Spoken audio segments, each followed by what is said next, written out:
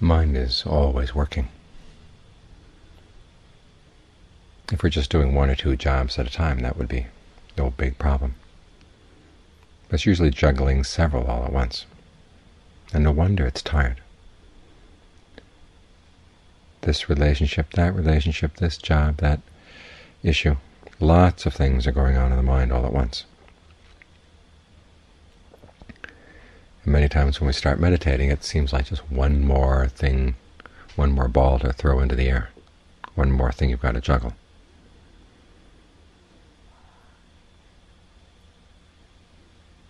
And it's no wonder that when people leave the monastery and start trying to juggle the meditation along with everything else, that some of the balls get dropped. And usually it's the meditation ball that gets dropped.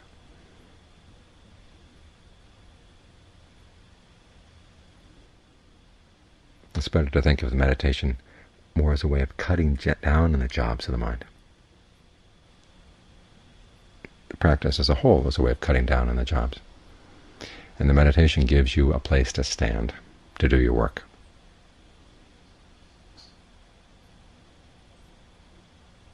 So instead of making the breath a job, you make it the place where the mind stands. It's good to get practice in this. This is why you have to have time away from your daily life. So you get used to taking the breath as your foundation, lowering your center of gravity, so that you stay with the breath. In Pali, they talk about the object of the meditation, aramana, literally means a support. It's a support for the mind. It's what the mind sits on, where the mind stands. And so it takes a certain amount of work to get that foundation solid. Once it's solid, then you find you can stand on it. It gives you support while you're staying with the breath. As your support, then you take on the other issues in life. And part of the purpose of the meditation is to put you in a position where you can start seeing which issues are the ones that are really worth taking on and which ones are not.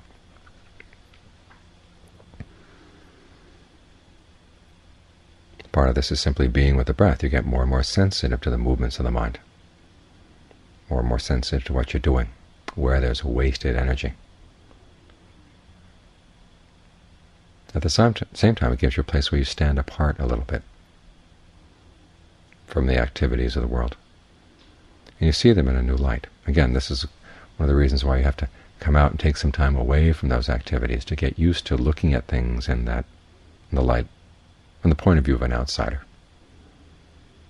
someone who's not totally involved, someone who's not totally taken in. This is why the Buddha recommended that his monks go off into the wilderness, places where they can get away from people, so you can have a chance to evaluate what really is worthwhile in life.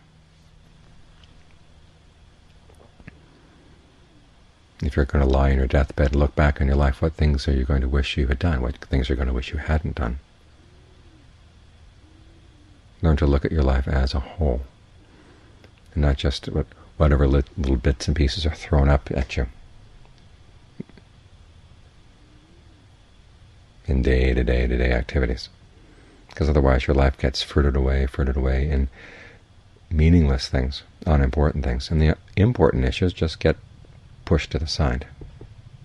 But when you step out for a while, you begin to get a sense of your life as a whole. What do you want to do with it? What's worthwhile? What's a worthwhile use of your time?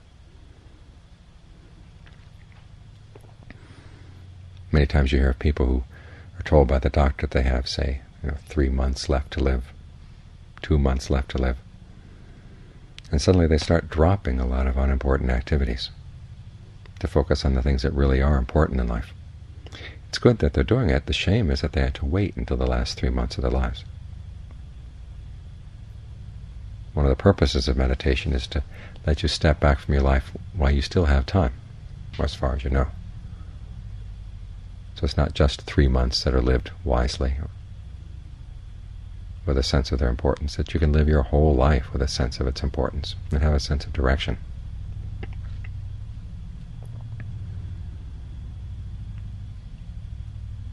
And even if you decide that you want to have a life involved in lay life, still you're doing it from a different perspective. You've got that foundation of the time you spent separately. And then you carry with you that foundation that you develop with the breath as your support. So you find that you don't have to juggle so much, and you have a more solid place to stand when you do have to juggle the affairs of daily life. And you can see which balls are worth dropping, which are not really worth trying to keep in the air. So you can focus on the things that really are important.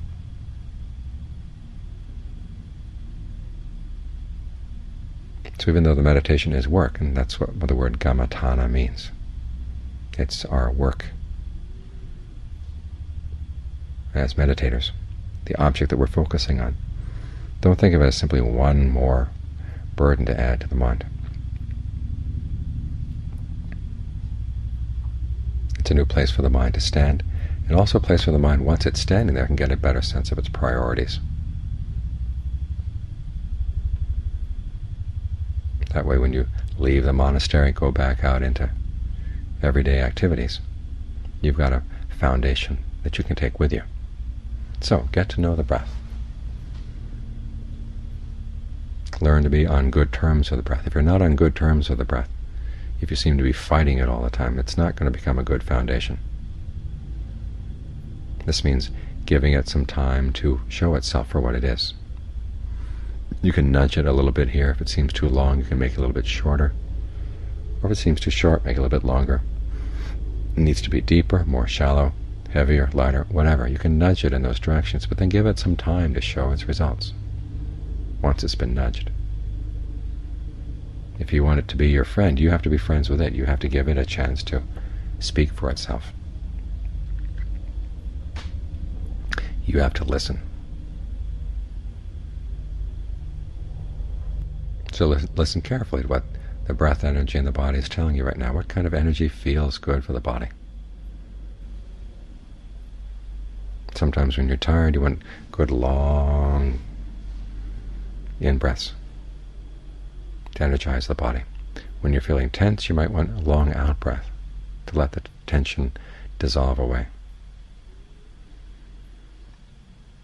You may find that certain parts of the body that haven't been involved in the breathing process really would like to get involved, or it would feel good for them to get involved. They, of course, themselves don't have any opinions on the matter. But if you learn to read the sensations in your body, you can tell which parts of the body are lacking breath energy. So think of the breath going to them for the next breath, and then the next, until that part of the body feels full. Then search for any other parts of the body that would seem to could use some good breath energy. Let them get involved in the breathing. So even though it is work, it's work in providing a foundation. And while you're here, it's just the only thing you have to worry about. You have no other responsibilities. Just be in touch with the breath, the way the breath feels. How far does the sensation of the breath go down into the body? Well, examine it. Is there any line in the body where you say this part is breath and this part is not breath? Or do you have a sense that the whole body could be involved in the breathing process? It's one of the things you can explore to get to know the breath. Listen to the breath. The more carefully you listen to it, the more you find out about it. And the more you find out about it, the more it can be your friend, to help you with all the various jobs that the mind has to undertake.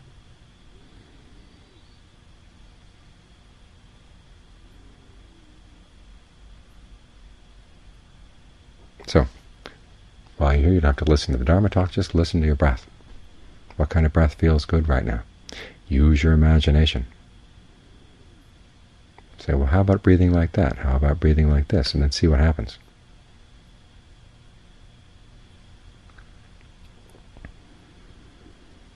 This way you get to know the breath in ways that you might not have otherwise. If you don't experiment, there's no knowledge. You don't know why things happen, but if you know that you changed the breath in this way, you got those results. You changed the breath in that way, you got these results. That's knowledge. It comes from participating, comes from acting, comes from doing.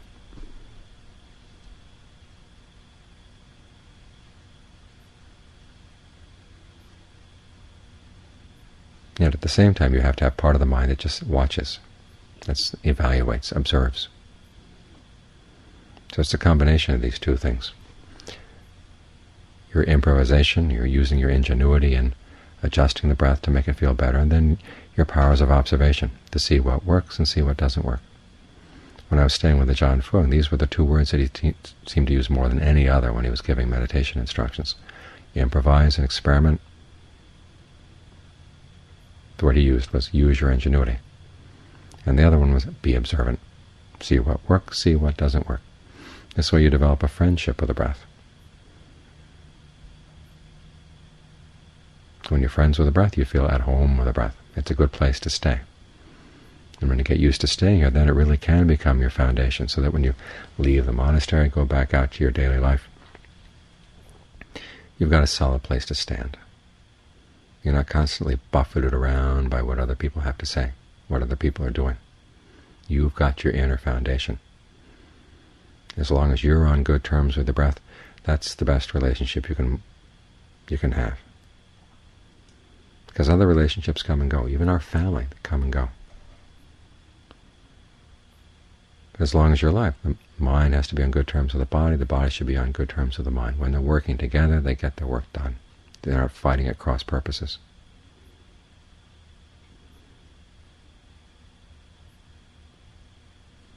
In this way they validate each other. You don't have to go looking for outside validation. You've got your inner validation. This is what feels right. This is what feels good, because you're really observant. You learn to trust your powers of observation more and more as you develop them.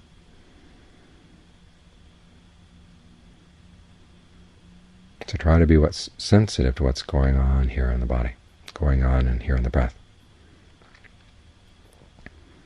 It may require work, it may be a job that you're not used to, but as you get more and more used to it, it becomes more and more second nature. And then you find that it really is a helper, really is an assistant in whatever other work you've got to do.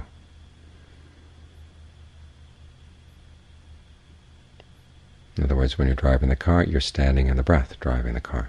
Or talking to other people, you're staying in the breath, talking to other people.